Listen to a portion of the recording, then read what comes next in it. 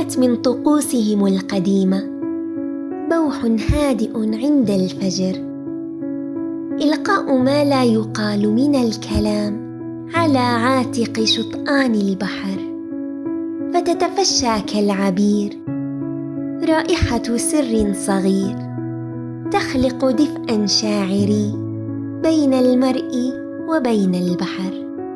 قد نبكي، قد نغني، قد نسهر حتى الفجر، نحدث موج البحر، أو نفرغ نصا في رسالة نضعها في زجاجة ونلقيها إليه.